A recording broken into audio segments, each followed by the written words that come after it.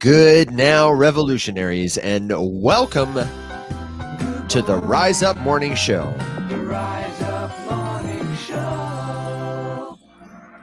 Today is Monday, November 10th. We're back from the weekend, and we are here Monday through Thursday to answer your crypto questions, to share some helpful news, give a little commentary, and generally have a good time, whether the markets are up or down. So if you're listening live, then leave your questions in the comments. And if you're listening in the future, then hello. We hope your candles are green. You can reach us with your questions either by tuning in live or sending them to community.rumshq.com. It's the place the show lives 24/7. The only thing missing is you. Alex, how the heck are you? Well, I just saw Tori's comment saying that there's so much snow. I know my parents are expecting up to a foot. It was snowing yesterday when I talked to them as I was sitting in a lounger filling a pool as it was nearly 80 degrees while Christina was reading on the beach. So can't relate. Although it's pretty chilly this morning, I have to say. It's got to be like 50 out there right now. We turned our faucets on last night because it went down to like 29 here, I think. So no snow for us yet, but if you've got snow, hey, build a snowman for me. I'm at about that time where I start to sneak in Christmas music.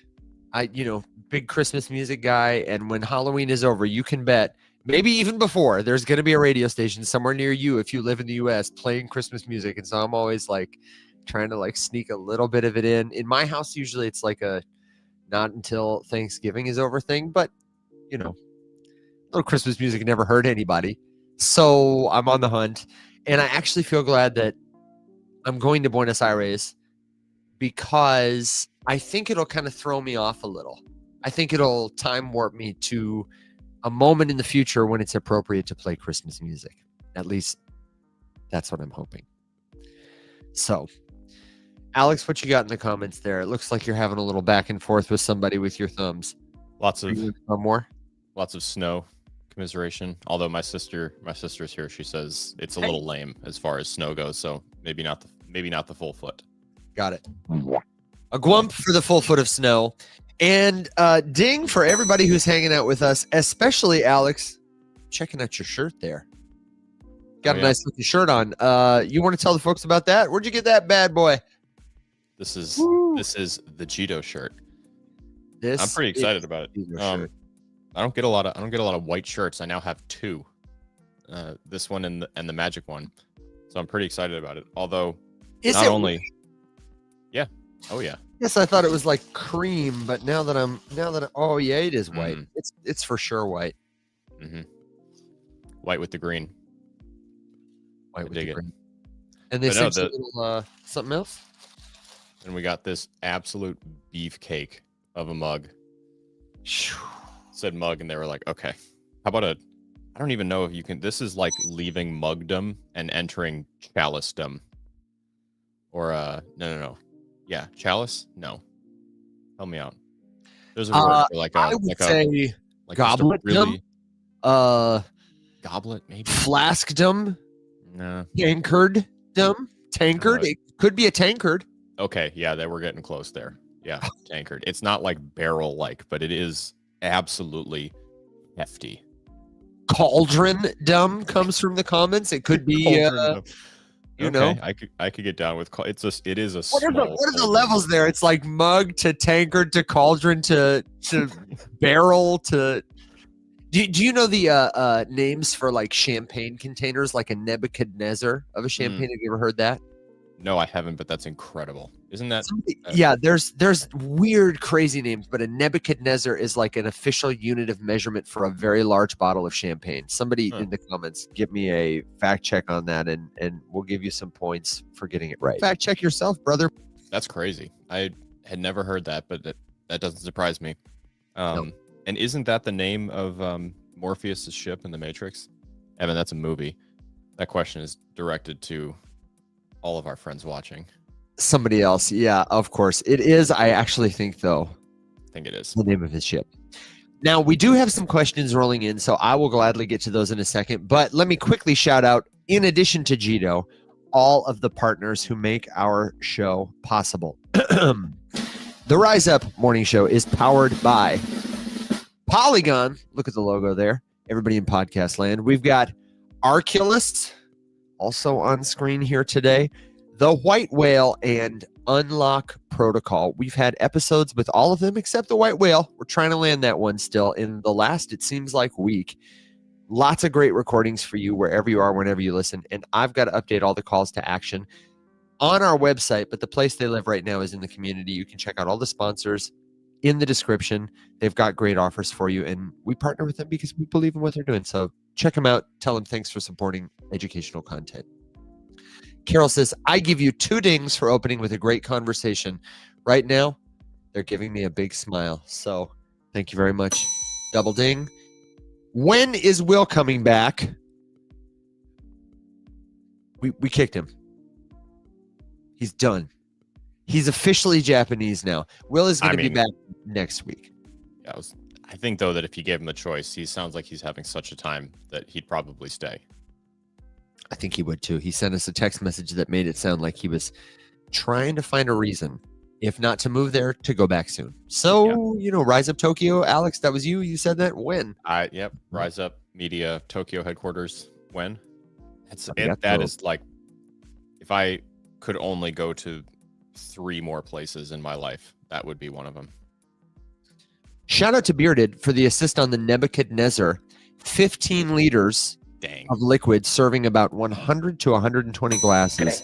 Excellent. And finally, from Mr. Storm. Hey, Mr. Storm.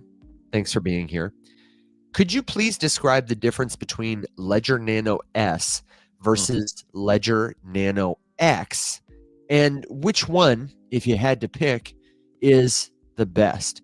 First of all, I want to let you know that the Ledger, say that 5 times fast, the Ledger Nano S is being discontinued. Support for it is. The device is being discontinued. You won't be able to buy it in a store. And if you have a Ledger Nano S, you won't get firmware updates for it.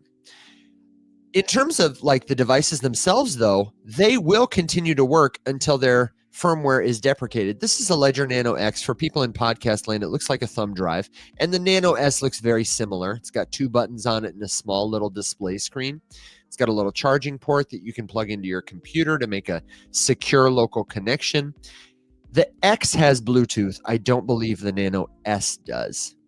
And the Nano X supports a wider variety of coins. At this point, don't buy a Nano S because they're discontinuing support for it. The good news is, even if you're a Nano S user, Alex, they don't have to worry, do they? Because the device isn't necessarily their wallet. Can you explain? Yeah, so the device is it's the best. I mean, the device is the tool that you can use to access the funds. And the way that it works is basically that you have loaded an account into it, but that account can be loaded into pretty much any wallet wrapper, including some software hot wallet platforms, ones that are connected to the internet if you really needed to. Not recommended. So if you have one that is an S, support, like Evan said, is ending for it. All you need is that seed phrase, that those 12 to 24 words, whatever yours was, and you can import that account into a new device. That's exactly right.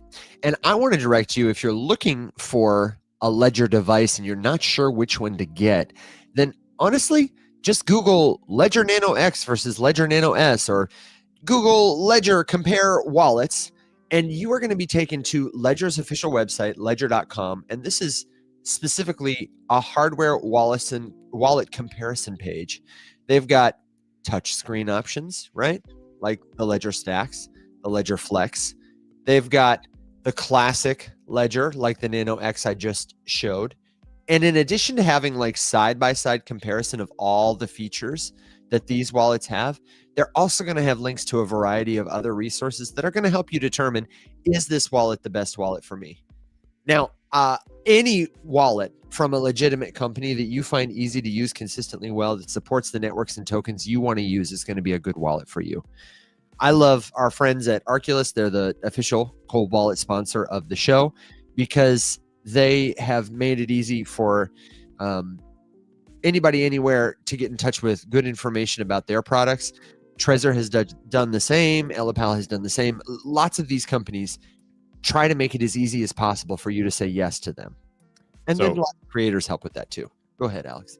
It's a good thing we're on the cold wallet topic. If you're a Trezor user, there's a chance you just got an email yesterday about a security problem that doesn't have anything to do with keys or key compromise or anything like that. It was more of a software issue on the side of their firmware, most recent firmware update, something like that. Just be careful. There's no, you don't need to do anything. The email recommended updating to the newest version of firmware. I'm always sketched out when I get an email. I just sort of assume that it's not real, because one of the more common scams you see are spoofed emails that make it look like they're from a legitimate crypto company and they're trying to get you to do something, move your account, upload this to that, change this to that, download this, connect to that. And I just always delete them, even if it everything says this looks like a real thing. But honestly, then, looking at Jeff's comment over here, just get an Arculus. It's kind of hard to disagree, because as we're talking about firmware and software updates, guess who doesn't ever need that? Arculus. Correct.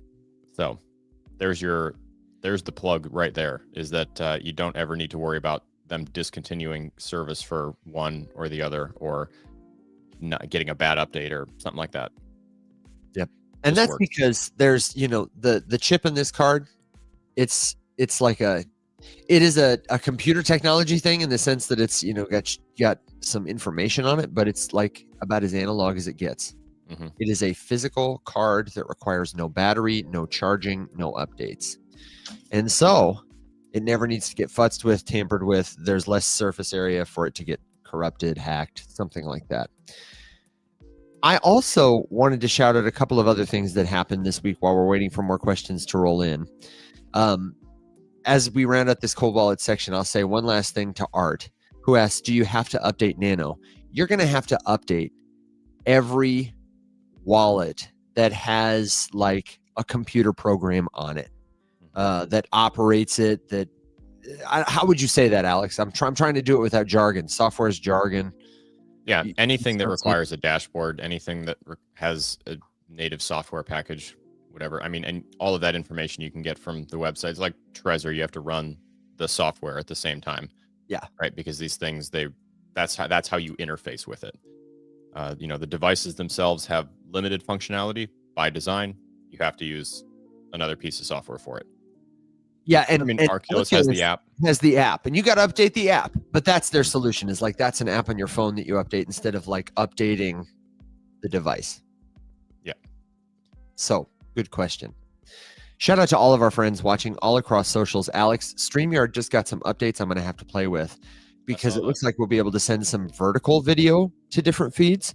So if you're watching on Instagram and you're watching the wide, then you're the real hero. If you're watching on YouTube and you're watching it on your TV, I can't believe it. Please send me a picture. And hey, to our friends on Arena, it's so good to see you here. Let us know where you are when you listen. And I'm going to run through a story from last week that we missed. Is that cool with you, Alex, if I just do a little looky-loo at this balancer hack and the stream hack that followed it? Did you see this? Not really. No, actually. I was pretty unplugged the past couple days, but I know I saw the headline. This happened on Monday, dude. We had 4 whole days of shows to cover it, and we missed it. So I don't know how it didn't get more press. No, but it just goes to show you, even people who are as in as we are, that's a niche story. So what happened is, on November 3rd, a full week ago, Balancer, this is a big DeFi protocol. If you go to DeFi Llama, you'll see their name a lot. They're started on Ethereum, but they've since branched out to many different networks. And the important thing about Balancer is that their smart contracts, the actual nitty-gritty products and services they provide, and the tech that facilitates them, they're used, copied and pasted as like the foundational building blocks for many different DeFi protocols. But they had an exploit that targeted one of their V2 stable pools, swapping your stable coins, parking your stable coins to earn yield. And the actual exploit stemmed from a rounding error that allowed attackers to sort of like arbitrage and flash loan and trade out over $128 million in assets, mostly on ETH, but also on Arbitrum, on Base, on Sonic, and Barachain, one of the chains affected, among others, paused their operations. It was so severe on Barachain that they executed an emergency hard fork, like totally shut down the network, rewrote some of the code, and then deployed it again live. Many of the networks that were affected made some sort of centralized in practice decision to like pause or roll back or reclaim the money.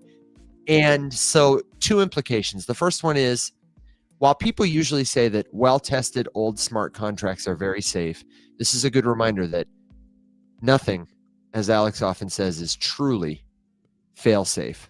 And 2, the other thing is that when people connect to all this stuff and somebody's got the keys somewhere, it's not as decentralized as you'd like to think.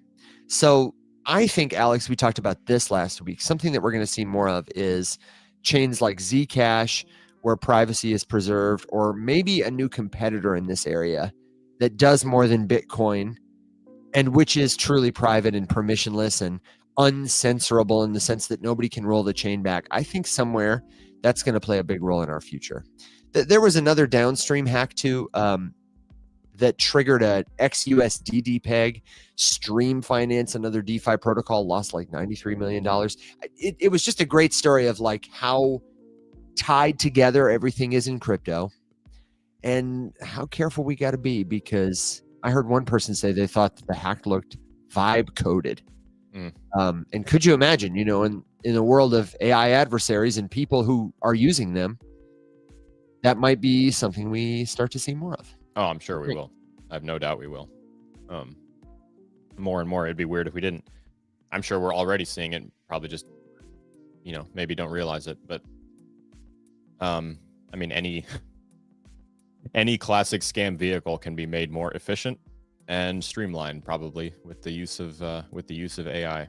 Yeah, the interesting point I heard was that defenders, Hasib Qureshi said this on Unchained on the chopping block. He said, of course, defenders have more resources than attackers, meaning, you know, incumbent companies, crypto companies who are rich or who have $100 million of assets to protect. They probably have more money than some guy living in his mother's basement, or, you know, a hotshot team, you know, who's trying to hack you.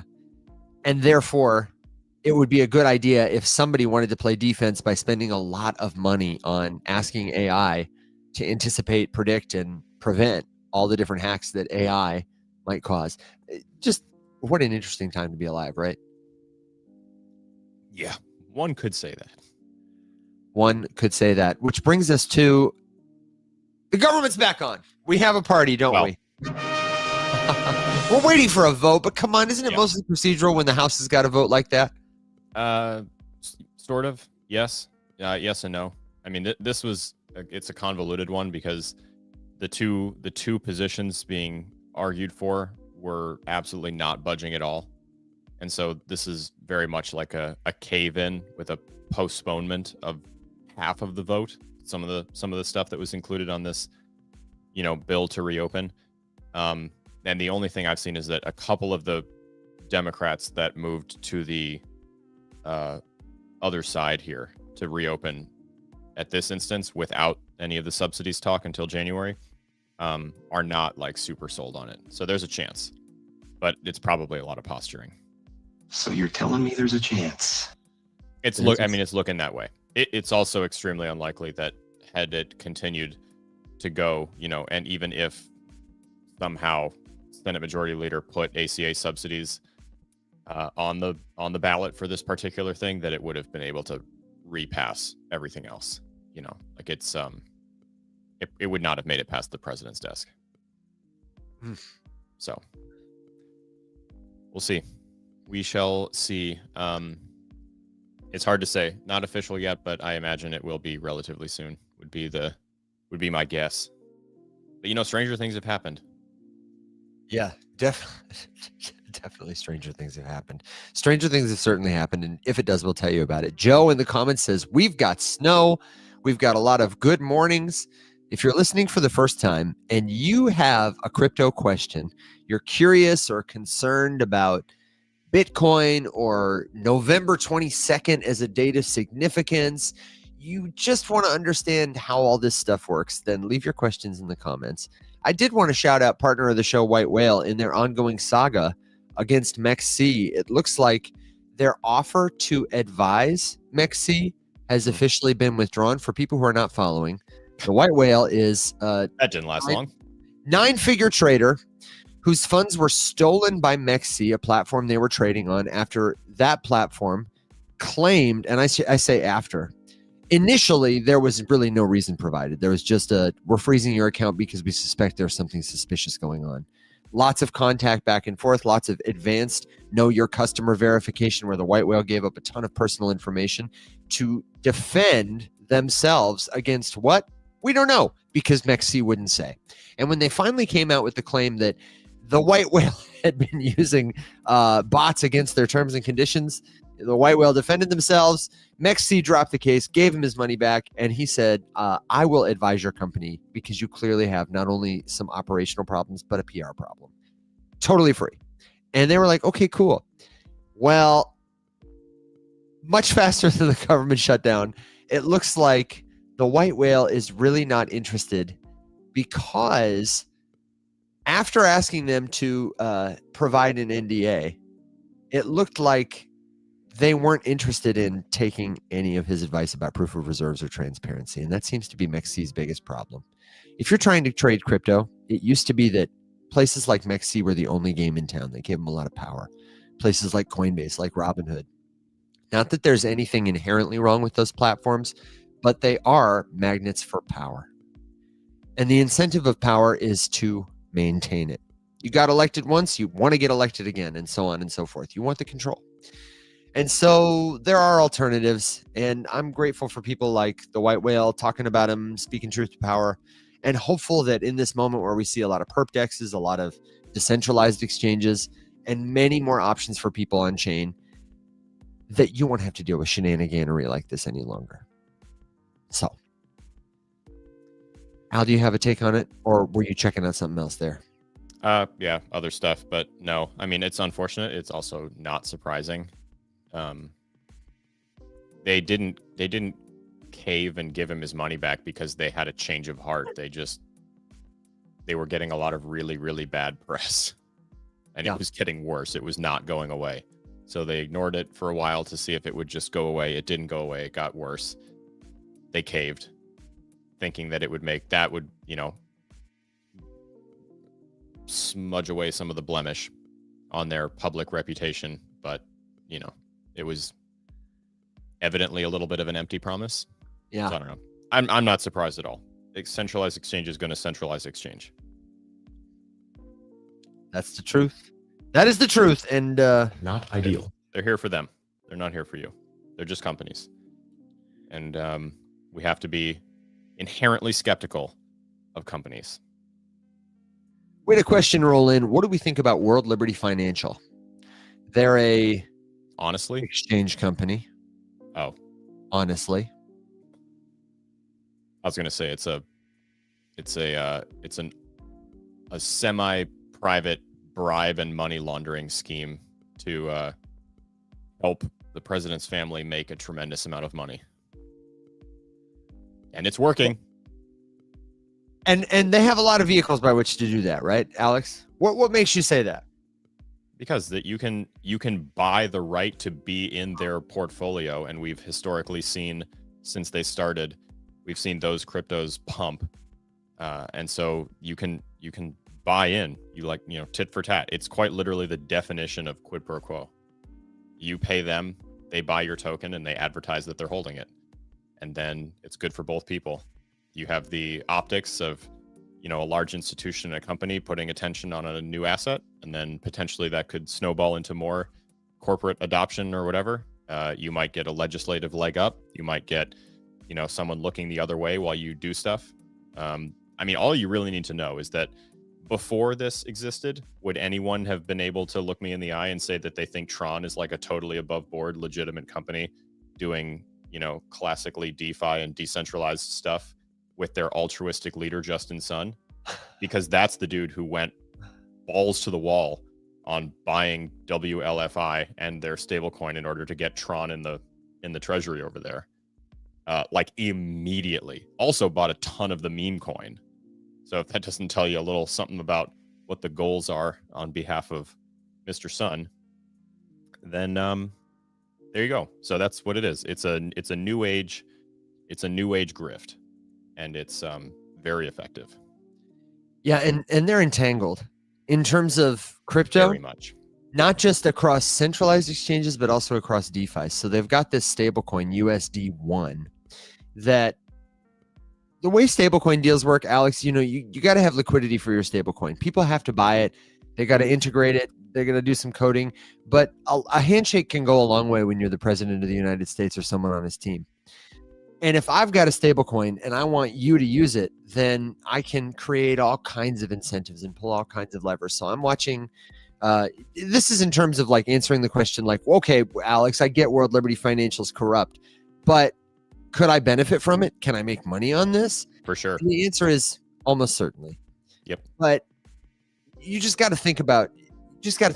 There are still a lot of different factors at play. Well, go ahead. You hit on the biggest one, which is stablecoins. Specifically the methods by which they are backed and collateralized, and then what happens because of those assets. It's not a coincidence, and it's not happenstance that Genius is the one piece of legislation that's passed, the one piece that really doesn't do anything for anybody in the industry except for institutions looking to participate. It's largely a corporate tax cutout for people for companies rather, who are interested in launching stablecoins. It gives them the vehicle to do that. But there's also some rules about yield, which make it very profitable for companies to purchase treasuries to back up their stablecoins and then do whatever the hell they want with them. So, this is kind of one of the reasons that I've been getting more agitated about this, is that we are like constantly putting out this headline that we're going to be the crypto capital of the world. Nothing's really happened, just for the record. We just keep saying that over and over again, and then law enforcement is looking the other way on stuff. But on paper, all this shit's still illegal. So the second that anyone gets into the driver's seat who will make law enforcement bodies look back at it again and take it seriously and enforce existing laws, whether or not we agree with them, nothing's changed. There's no like real legislation that's actually passed that's helping anybody do anything. We haven't got clarity. It's languishing on the hill. Fit 21, we haven't gotten any of that stuff. We haven't gotten any language cleanup. There's no tax cleanup. We're all still getting double taxed out the ass. There's still all sorts of archaic rules about income with crypto. There's all kinds of nonsense about definitions. There's all sorts of problems with that. We haven't gotten any progress on the self-custody rights movement. There's nothing there. None of the DeFi stuff. Like just nothing. It's just genius. And I would encourage you to not take my word for it. I would encourage you to read the Genius Act and then tell me it's good for anybody except giant corporations. Alex, just to give some numbers to this healthy skepticism, please, and to answer Jesus is Lord 777, good to see you's question, how is World Liberty Financial corrupt? Yeah. They raised over $500 million through the sale of a governance token. This is how they started, World Liberty Financial. This is late last year. And the Trump family owns a 60% ownership stake of those tokens. The terms give them 75% of net token sale revenues and 60% of operating revenue once the business is launched, even though many of them aren't like involved as hands in the business. About 5% of the funds raised were towards building the actual platform. 95% was captured by the team and other insiders. So this happens sometimes when companies are launched, when crypto is launched. But because we have the ability to tell where every dollar has gone, it's easier to see here. And this kind of like founders, insiders extracting all the value from a token sale is the hallmark of an exploitative DeFi setup, wouldn't you say? Yes. Yeah. It's not to mention the power. It makes me so much more committed to this because the answer to it is DeFi. Yeah. DeFi is the Perfect answer. way to wear the Jito shirt, right? Yes, that is what I mean. DeFi is inevitable. I'm officially stealing Sam Stefanina's playbook, friend of the show. Shout out Sam, who has posted that Web3 gaming is inevitable every single day for at least, it's got to be almost 2 years, every day. It might be more inevitable that Sam will post it than it is that Web3 gaming is here. I think that you can pretty confidently say that when gaming emerges from its slump, because I truly believe that it is. I think it's going through like a natural niche death when we haven't been globally satisfied with the products coming out of it. I think it makes sense. I think the thesis is good, but yes, it's probably more inevitable that Sam's gonna. There he is. Everybody on YouTube podcast. I completely agree. Sam Stefanina with 2 Fs. Go ahead. Sorry. I just agree. This is the way. DeFi is the way. Decentralization is the way. Hey, while I'm on Sam's profile, and before I give a plug back to Jito and decentralization, check out our guy Icy here on the timeline. Didn't you say he's coming back to the show sometime soon? You're trying to work it out? Yeah, he'll be on After Dark this week. Oh my gosh, that's right. After Dark this week, we're talking to Icy at Ice YYY. Icy, like super icy _gaming. Icy. If you just search Icy Gaming, it'll probably come up, or search for Gaming Daily. He is an awesome creator. What's the award that he's in the running for right now? It's a YGG or Creator of the Year. Creator of the Year. And listen, for Web3 gaming. Do I have a vote? Can I go vote for this, brother? Yes, you absolutely can. Oh my gosh. Okay, we're gonna have to ask him about it on Wednesday. It won't be too late to talk about it then, right? No. Because he's a killer creator and he does it for the love of the game. He deserves our support. I'm stoked to have him. He's phenomenal. He's a good friend of mine. He's a wonderful human being. He's one of those people that could easily get into the running with you, Evan, for like just nicest person. Just a ray of absolute sunshine. He's a nice guy. He's to the point where if you see him pissed, it's weird. Like if you guys ever see Evan mad, it's everyone gets uncomfortable because I didn't know it was possible. And he's still smiling, which makes it even worse. Man, I like to keep him guessing. When you hear him use colorful language, when Evan starts swearing on the phone, it's the funniest thing ever. Yeah, usually I go from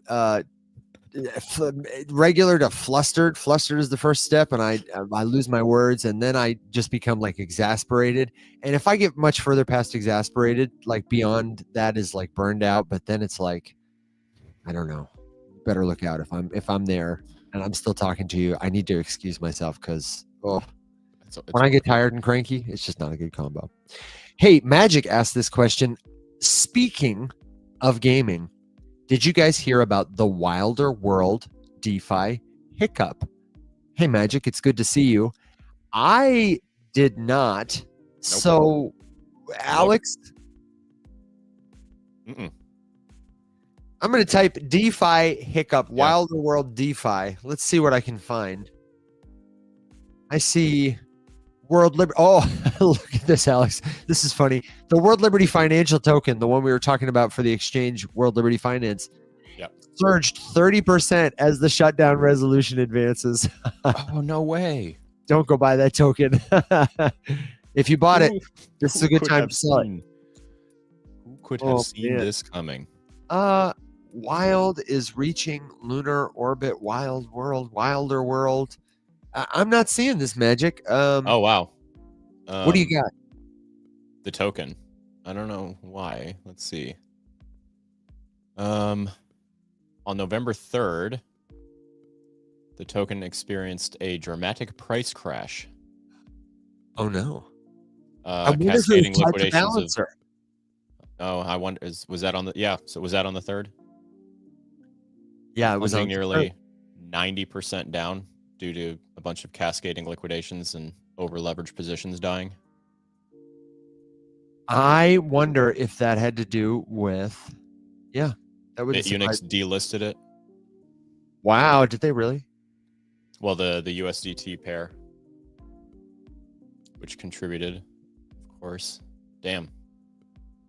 All I can find are posts about the ticker is wild and Yep. things like that, gameplay, etc. Like a lot of bull posting for the game. What is the token used for?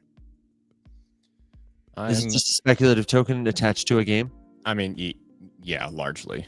Okay. I'm sure there's some. I'm a little bearish on that. Tokens like that are probably susceptible to all kinds of events, is what I would say. But Magic, maybe you can give me a more of a summary while you're bullish on it. Peapods lending pool flash crash. Peapods. Where have I heard about Peapods before? Peapods Finance. Probably here on the Rise Up Morning Show. But I don't know. I'm going to have to look into it more. Bearded, shout out for the assist in the comments. Bearded says, Wilder World's DeFi ecosystem experienced a major hiccup when its wild token plunged nearly 90%. Thank you very much. Is used for immersive metaverse gaming, social interaction, and digital asset ownership powered by blockchain and DeFi tools. Okay, but let's talk about some of these DeFi tools. Alex, I had the chance to listen to your episode. It was excellent. Andrew from Jito was delightful. If you missed this episode last Wednesday morning, it's the Rise Up Morning Show, episode 401. Andrew, a core contributor from Jito, sat down with Alex and they walked through all the things you can do at Jito.network with Sol to continue like extending how you're supporting the Solana ecosystem, the validators, the protocol, other users like you, and how you can earn yield for doing it without having to worry that you're contributing to some like political leaders' pocket lining endeavors. Isn't that great? No matter which side of the aisle you're on, I think we can all agree. Everybody, like the regular people, need opportunities like this to extricate ourselves from extractive systems. So, Alex, since you did that, I'm curious to know, has anybody in the comments engaged with Jito? And if you have not, what is keeping you from trying it? Or beyond Jito, because we're sponsored by Jito, so we have an incentive to talk about them. What's keeping you from trying a DeFi protocol, from parking your crypto in a smart contract and earning yield? Are you concerned about the risk? Do you not know how to do it? Shout out to Bearded, who said Alex and Andrew did a great job. This is Dave, says, I love Jito, use them all the time. I owe Bearded actually a tutorial, speaking of technical hiccups and hurdles about Arculus, so stay tuned for that. But let us know if you use Jito, what you think about it. If you use other DeFi protocols, or if you don't, what your hesitation and your hurdle is. This is one of my favorite things to talk about. What do you think, Alex? Yeah, so one of the themes that kind of came out as we were having the episode with Andrew, which I thought was, honestly, I was kind of surprised. I haven't really thought to phrase it this way before. We haven't talked about it this way, but as we harken back to what I said a second ago, DeFi is inevitable.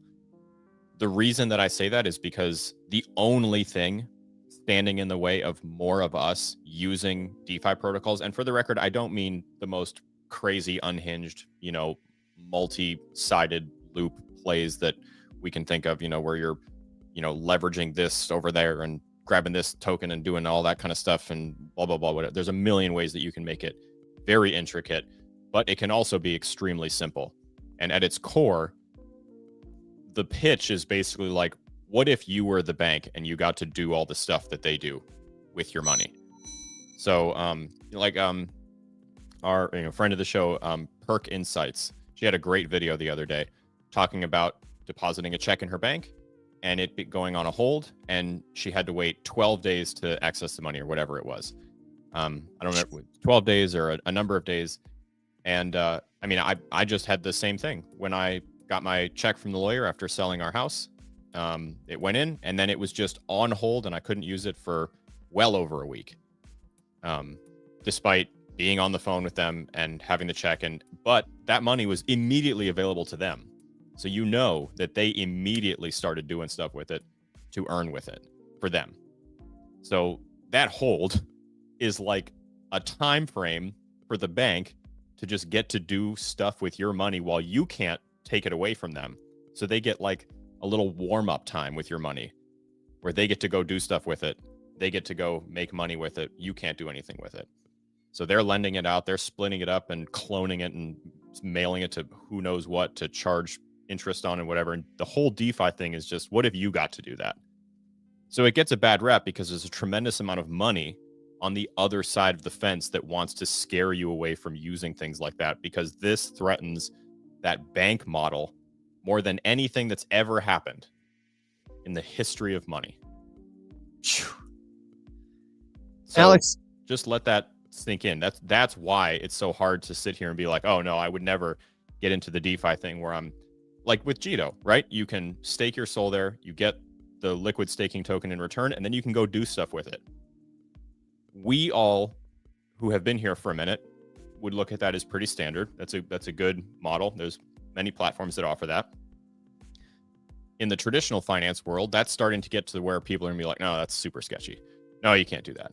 And granted, you could totally have sketchy platforms that are not super secure, that are trying out this kind of stuff with illiquid nonsense tokens that don't have any real pairs, no volume, no revenue, no none of that. Like, it's very possible to, in the same way that you could have an insolvent bank that's lying to someone and offering crazy loan rates or whatever, you know. But at the end of the day, it's really no different than whatever they're doing with your money on the hiding behind the curtain.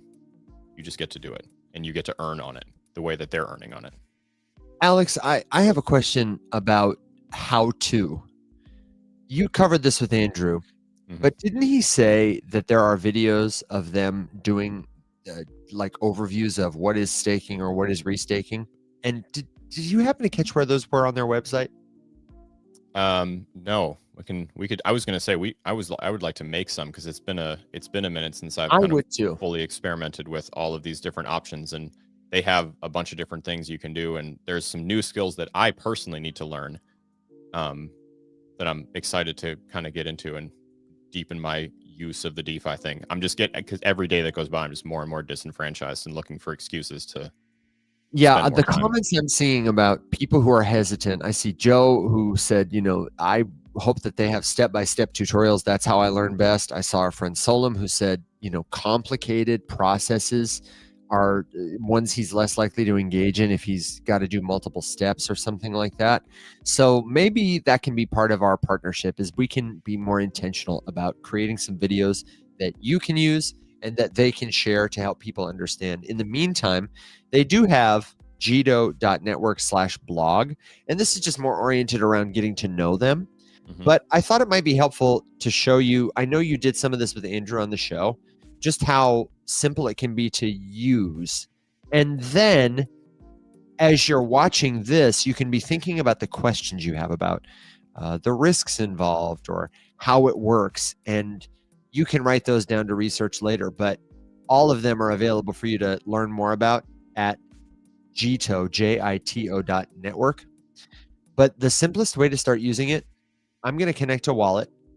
I've already got my Phantom wallet set to go, my teaching wallet here. So I'm going to give it a little connection. You can stake with a single click of this button that says stake now. It takes you to a dashboard that looks very similar to a swap interface. If you've used one on Coinbase, if you've used one on Robinhood, if you've used one in a wallet, this will be familiar to you. But you're not swapping necessarily for another crypto token that you're going to go use somewhere else. You are swapping for a receipt token called Jito Soul. And this token can be used in many of the ways that your Soul tokens can be used. But it primarily functions as a receipt, so that when you bring back Jito Soul tokens, they're going to know, oh, this is how much Soul you're entitled to. It represents not only that Solana, but also any yield that's accrued to it while it's been deposited there. Now, they give you some options here, like direct mint via Jupiter. You don't have to deal with that. So I've got a little bit of Soul in my wallet. I'm going to do 0.2. Notice it's not a direct one-to-one conversion. Alex, sometimes this confuses people, wouldn't you say? They think, oh, I'm giving 0.2 Soul, but I'm only getting 0.16 JSOL. How come? That's because the JSOL token is worth more than the SOL token because it doesn't only represent SOL. It represents SOL plus accrued interest over time. So that's not a cause for concern. 1 JSOL at this time equals 1.2 SOL. Now, they have some other things you can do. You can toggle tips on if you are worried that your transaction won't go through, or you just want to be a nice person and add some tips. But it's as simple as clicking the button, convert to JSOL, signing a transaction in your wallet, and it's done. Now, you are staking SOL on Jito. And anytime you want to unstake it, you can use this same dashboard. But they also have a cute little button here that says View DeFi Opportunities. Other things you can do with your JSOL that Andrew talked to you about on his episode with Alex. If you didn't hear that yet, go listen to it. I just want to show you how simple it is to unstake quickly too. If you've been staking, you can go to the very same dashboard, and at the top left, you can switch from stake to unstake. People in podcast land, you got to take this on faith, but you can see it on YouTube. Now look at this. It's got already, my wallet is connected. If you don't see the balance of JSOL because it says 0, then maybe your wallet's not connected. You can double check this button in the top right corner. If your wallet's connected and you want to unstake everything, you just click that little button that says use max and then click unstake SOL. You'll sign another transaction. You'll pay a little gas fee. So you want to have some Solana tokens in your wallet. Don't stake every single cent of Solana because you're going to need some for gas. And it's that simple. You receive your SOL instantly. Alex, how'd I do? Great. Staking SOL in under 5 minutes. The only thing I would add is that as you add more layers to this this soup, add more ingredients to this soup that is DeFi, every single thing you do has an element of risk. That's the part where I would focus the research in the beginning, is to see, okay, what is the risk of staking in general? What is the risk of restaking? What's the risk of using a liquid staking method instead of native? All of these things are great rabbit holes to fall down that will, kind of help you just become a more informed user. Sorry, I had muted myself for a little sniffle. I was giving you kudos from behind the microphone. And I think there are a lot of really good comments coming in about it. Like Bearded says, I just keep looking at how good, for example, the yield on DeFi Carrot is, and I don't want to take money away from it. This is a really good discussion. Like once you're involved in DeFi to some extent and you feel comfortable kind of sussing out different protocols, I think it's perfectly fine. I think it's like crypto, Alex. I think the temptation is like, oh, I should stake some SOL here and I should stake some ETH here and I should swap this and put this in a liquidity pool and I don't have any AI tokens and I don't know how to sell this thing. But like, if you got a good thing going with DeFi Carrot and you're happy with it, that's great. You can stay there. If you like Jito's SOL staking experience and you don't want to restake it because you're concerned about the risk, you're concerned you'll mess something up, it's fine. None of this stuff is a rush. Anybody who's telling you got to buy something now, you got to do something now, they are at best misinformed. And at worst, they are actively trying to scam you. So they are not your teachers. Not ideal. What do you got in the chat there, Alex? In answer to Joe's question, does Revoke.cash work here? No. So Revoke.cash is an incredible tool. However, it is for it's for the EVM ecosystem, EVM being the Ethereum virtual machine. There are some chains where it doesn't serve, it doesn't work. Solana, Cosmos, Near, stuff like that, non-EVM.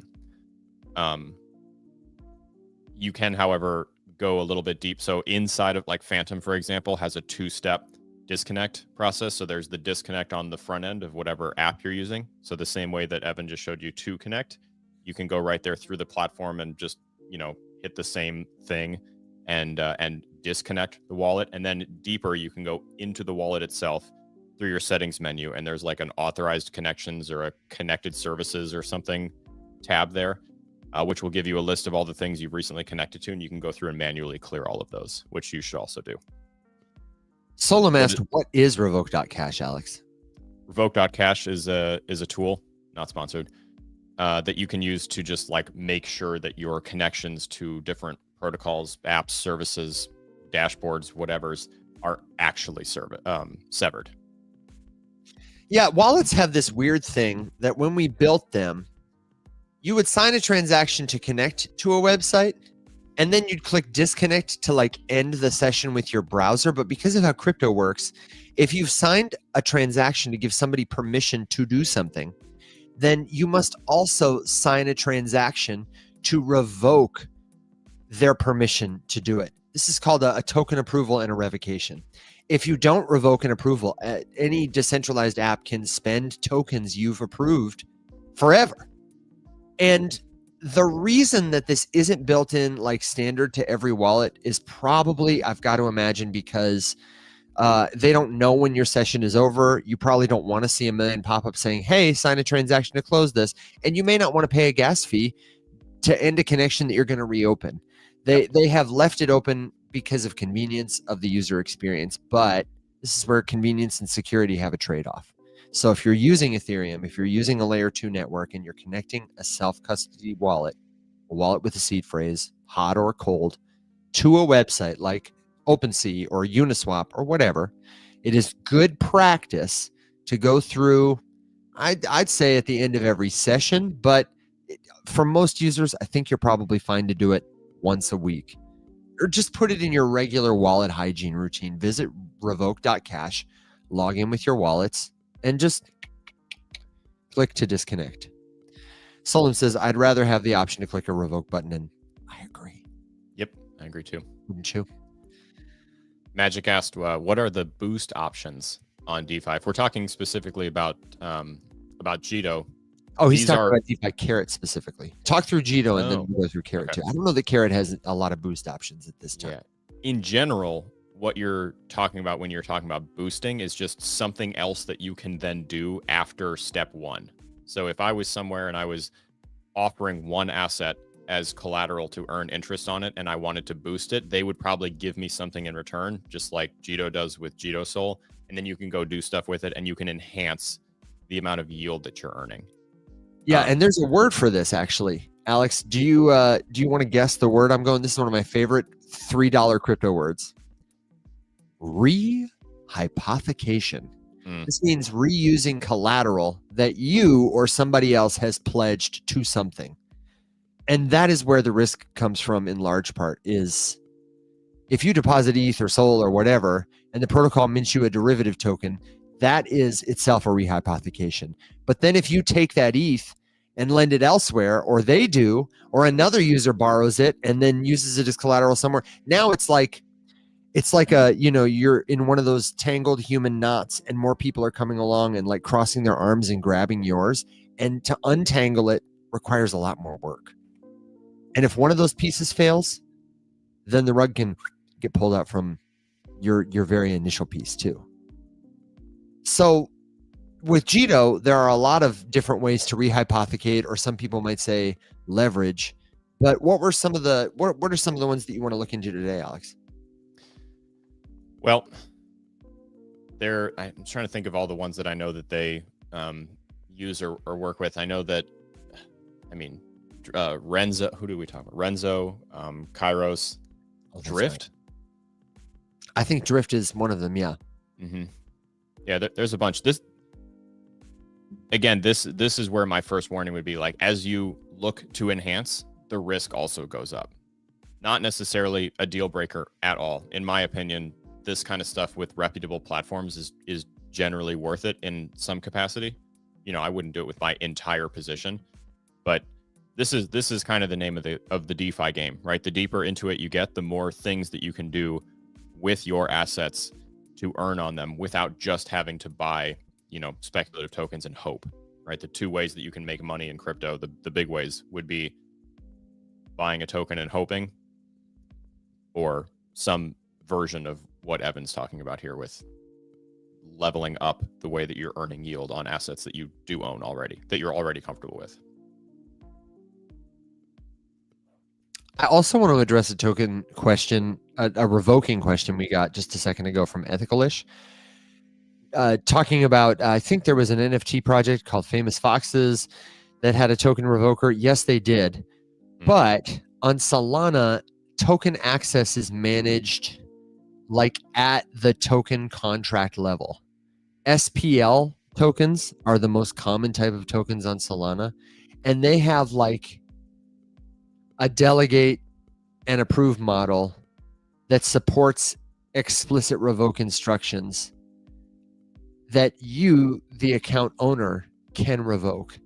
Some wallet disconnects like Phantoms and Soulflare remove the dApp's ability to request any new signatures from your wallet. It may not remove all approvals. So this is still like something they need to do. Revoke.com used to be another one, but I don't think that they are still in operation either. I don't know that there's a good one right now. And I've been saying this every time we've talked about it on the show. I would like to get somebody from like Helios to talk about this on the show. Andrew, can you get us Mert? Somebody, anybody. Alex? I bet you that Jito's got good engineers too that we could absolutely get on. I am a big fan of this. Yeah, that could be the move. That could be the move. Okay, Alex, I have to ride my dog and pony into the sunset sometime soon-ish. I'm going to DevConnect in Argentina. So if you've been holding on to a question, if you posted a question and we didn't see it, this is a great time to post it again. Shout out to Jay Heat, who said Sol Revoker pulled up. Can you, Jay Heat, give it a little test drive and then drop a link in the community to it and just let us know what you think? Is it the move? Is it good? Is it sufficient or not? We appreciate you, brother. Yes, indeed. Argentina going for sub-zero. Alex, this is my ragtag group of friends who produce events for the Polkadot ecosystem and are at pretty much every conference around the world worth going to, and always manage to have like catered food. Usually there's a DJ at some point in the evening. They have great hackathons. They've had, they're going to have a pool at this venue. They're having a rooftop pool party. I'm really excited that they trusted me to help them host. This is Sub-Zero by Web0. If you want to follow them and support and just say like, hey, post a picture of Evan on the stage or do whatever, then you can find them at Polkadot Sub-Zero. And Web0 is Join Web0 over on X. Then I'm going to be at DevConnect. So we'll get to see the Ethereum World Fair. Buenos Aires has a really robust crypto community. And on my way down there, you better believe I'm going to be trying to collect some airport POAPs. So we'll keep you posted on the ground for everything that's happening at the Ethereum World Fair. Alex is going to be hosting solo. You can hardly hear him tomorrow. That was awful. And probably Thursday too. Mm-hmm. But I'll be back. Lots of updates from the ground. And I really am going to try and take my Arculus wallet with me so that I can make a handy dandy tutorial for our friend Bearded. Sweet. How's everybody's UGC coming? Is anybody doing the Polygon UGC? I have seen several people in the community. Lots of folks asking questions. Carol is working through some intense technical difficulties. Bearded has been mocking up some really cool stuff. Have you seen what Bearded's been doing? No, not yet. No, you haven't? Okay, Bearded is a constant friend of the show. He is a stalwart member of the community. And now this brother is branching out into user-generated content. He is helping to make, look at this. Have you ever seen a resource like this? I bet $1 million and all of my ETH, I would bet my soul, pun intended, that Polygon has never had anyone make a resource like this that actually looks like it's targeted towards like a literal parent with a kid. Cool. You know what I mean? Like, I think this is such a cool example of the kind of stuff people can be doing. It can be as simple or as complicated as you want it to be. It's got to have hashtag Polygon, hashtag UGC. If you talk about something Polygon is doing or something in the Polygon ecosystem on social media using those hashtags, then you will be entered into consideration for a $25,000 prize pool. You've got until December. If you're sitting on an idea, you want to be a content creator, you know, it doesn't have to be your magnum opus. It doesn't have to be a documentary. But also, if you're like, well, I wanted to do a lecture on, you know, this, or I wanted to write it as an article, just do it. The bar is so low. It's so low. It's so low.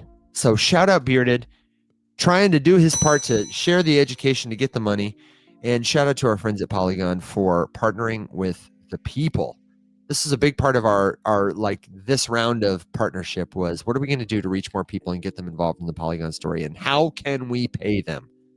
You know, because it's not the move out here. Just blockchains getting all kinds of work from people for nothing. So Alex, what are you thinking? You seen anything in the comments that you'd like to take it to? Oh, that was close. We're good. You almost made me sneeze. We're back. Damn. No, I was just gonna say if there's any ending questions as we start to wind down, then please toss them out. If we missed anything, let us know. If you want to go deeper into any questions, that's what the community is for. community.rumshq.com is totally free to join, and you can ask whatever you want. If there's anything lingering that you need a little bit more time to voice, TikTok comments, social media comments are not necessarily always the greatest place to ask in-depth questions, but you can always do it there. I was going to say, actually, while we're waiting to see if anyone else wants to cover anything else before we head out, I'm going to share my screen real quick to put up this cool thing that I got from our new friends. Well, I've been friends with them for a long time, but they're recently friends with us over at the Llama. Oh, man, yeah. Check this out. DeFi Llama was nice enough to give me a pro subscription, so I can start kind of messing around with some dashboard builds and stuff, which I am just a big enough geek to get really excited about. So are you kidding me? For that, so we'll probably do some live dashboard building or something like that tomorrow. I could get into that. Hold up. Hey man, what? You got access. Yeah, you want one? You just need to send me. I'll send them email addresses over, and you can start messing with it too. Alex, this is a gross misrepresentation. Come on, man. You've been holding out on me. You could have texted. This is a midnight 2 a.m. text. You up? Got the DeFi Llama Pro. You're holding out on me, man. Okay. Tell me what I'm looking at. So they just dropped this thing, which is pretty exciting. So it's the Llama AI. Now it's not like a full scale LLM, right? You're not going to have other conversations with it. It is an AI chatbot interface specifically to talk about data on the platform. But it's pretty sweet because you can ask it questions about all the different data and stuff that they catalog and index, and kind of help, draw some conclusions or some inferences from, you want to compare revenue, you want to compare volume, you want to talk about, which perp dexes is getting all the trades right now, like all that sort of stuff. If you're having trouble finding something that you would like to look up on DeFi Llama, you can ask. Now you can literally ask the Llama. It's pretty sweet. Let's sweet. Ask it if it knows much about Ripple's revenue. I heard a stat the other day that Ripple generates $200,000 a month in volume, revenue from transaction volume. And that, for context, is a really low number, especially if you're trying to compete with USDC or something. Yeah, and I don't imagine we're going to get a bunch here because DeFi Llama does not index data that it cannot verify on chain, and none of that is verifiable. They would have to just take the word of the company, which they're not a big fan of doing. Yeah, I like that. Llama's grazing. What did it say? Llama's grazing for answers. It's got cute little. Yeah, all we've got here is current price data.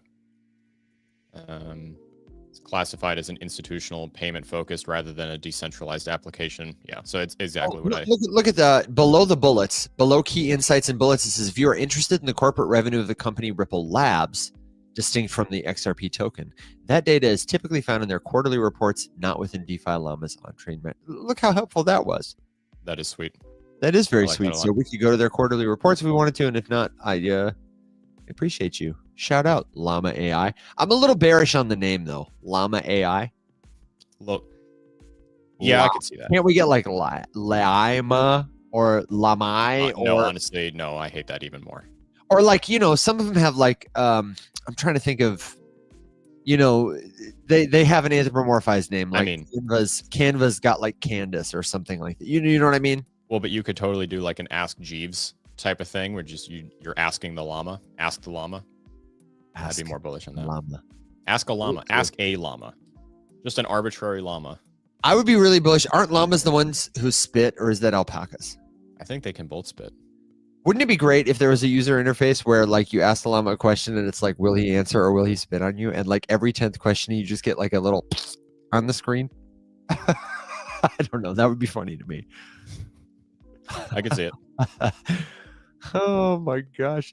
You know, Alex, something I think is interesting is I feel like these days we have to do a lot more asking for questions. This is now, listen, if you're listening to the show, you're just enjoying it. I don't want you to think that you have a job when you come here to listen to our show, but I will say it does feel like, I expressed concern to Alex, I thought maybe we're overproducing the show. We're doing too much prep. And maybe people are discouraged from asking questions because we aren't responding to them as much. So I just want you to know, like, if you have a question, then it really is welcome. And, you know, if you feel like we're not going to see it, if we've been bad stewards of that, let us know. Let us know. Like, this is your show. You are the best part of what we do. You make the show possible. So if you want us to answer more questions, if you want to submit questions in a better way to make sure that, I don't know. You see what I'm asking for here, people? Let us know. Because I would hate to scare you off by making you think you had a job to do, or also that if we asked you to do it, we weren't going to be good stewards of it. Alex, what were you chuckling at over there? Oh, just all of the Get some llama camels facts? spit too. Alpacas spit more. How do you guys know this stuff? Tori says both. Watched a llama spit on my mom when I was 8. Poor memory. I am a big fan of this. Alex, when are we going to get DeFi Llama on the show? Soon, actually, working on it. I told them that I would love to get someone from research on to specifically go through, like, I make it a point to have a guy. The comments say Alex knows a guy. Alex always does. You always do have a guy, don't you? Alex, what do you want to be when you grow up? I just want to know. I just want to know a guy. Want to know a guy. Dude, when I was a kid, I have to tell you really quick. When I was a kid, and I was at that age where I was asking my parents to like read things for me before I could read. You know, when you're curious about language, and you're like, I wish I could read. What's that say? What's that say? What's that say? And I remember my mom, one time I said, what's that say? And she said, Evan, it says employees only. And I said, what's that mean, Mom? She said, well, it means that only employees of this establishment can go behind that door. And I said, when I grow up, I want to be an employee so I can see what's behind those doors. I just wanted a guy to be and an employee. Authorized personnel, so I could use the fancy round the turns on the freeway to hang a U-turn. Dude, so many privileges for being an employee, and then I found out it was a great big scam. Yeah, that's how they get you. I think you were going to give some feedback though about my request for comment. Oh, yeah, I'm sorry to correct you. No. Feedback is always good. The more, the better, especially as we have more partnerships and start getting into the sponsorship thing, because we're trying to build like a better sponsorship experience, and no one likes watching commercials, which is why we're working with the people that we are working with, because these are things that we talk about all the time anyway. And so now they can be used in educational and, you know, demonstrative examples to cover topics that are important to learn about. But I think there's a lot of like misses in the way that crypto marketing is done. So feedback there is extremely appreciated. I've talked to Evan about that. I've vented to Evan about this before. One of the hardest things that we've ever experienced as a business was the fact that we couldn't get feedback. And it just, like, you know, you would make a pitch, you'd have a great meeting, everything would be all hunky-dory, and then you'd never hear from someone again, and we never heard why.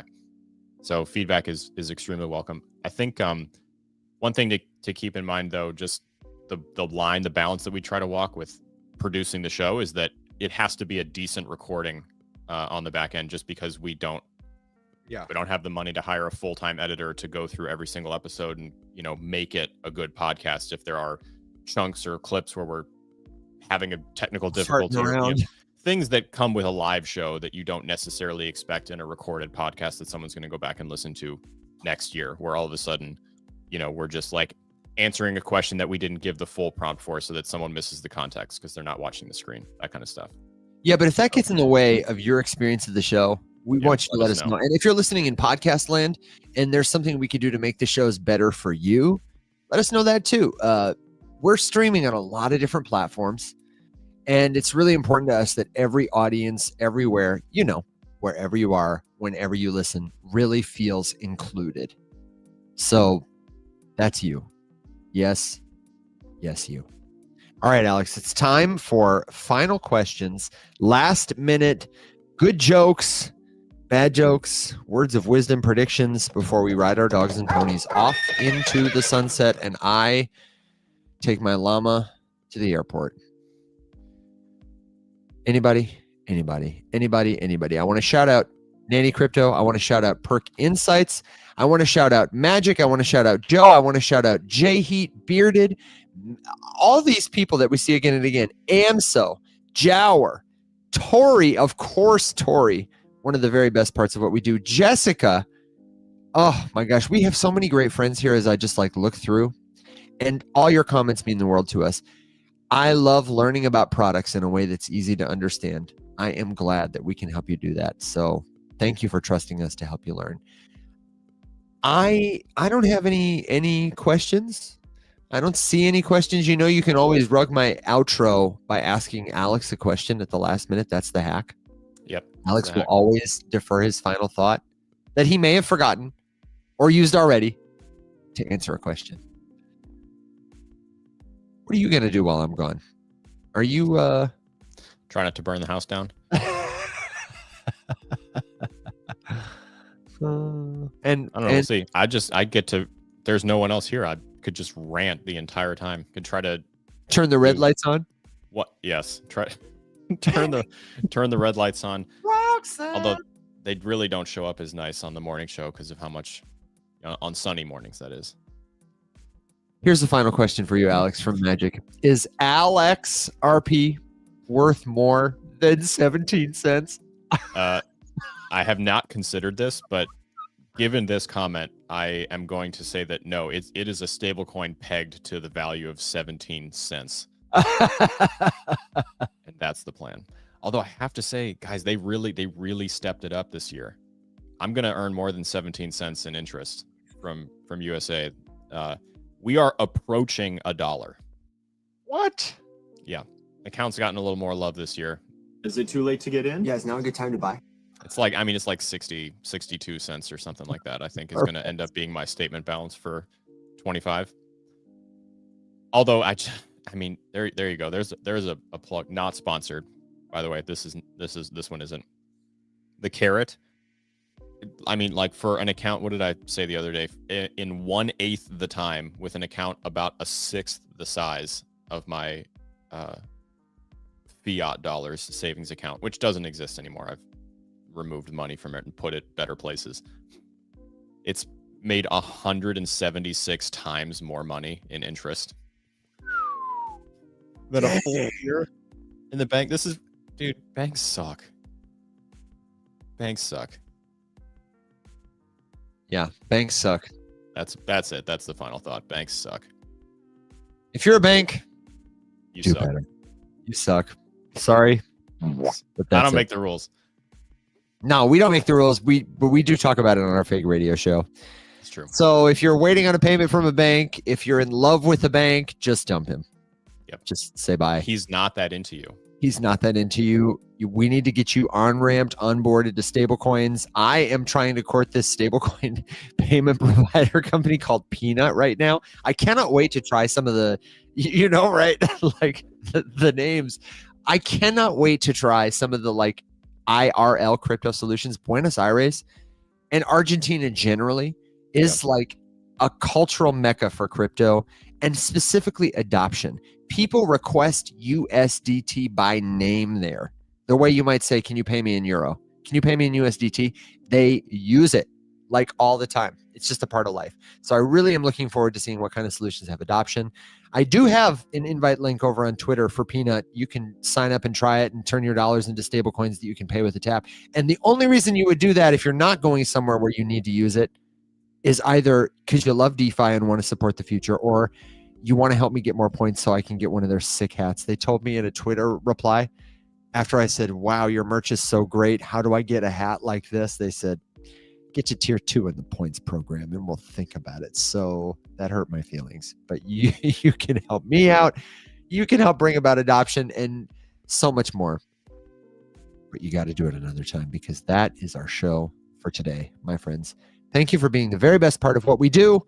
One last time, jump into the community, community.rumshq.com, and we will see you there. Wherever you are, whenever you listen, we hope it's a good now. My friends, thank you for being the very best part of what we do. Until next time, stay safe, be well, everybody.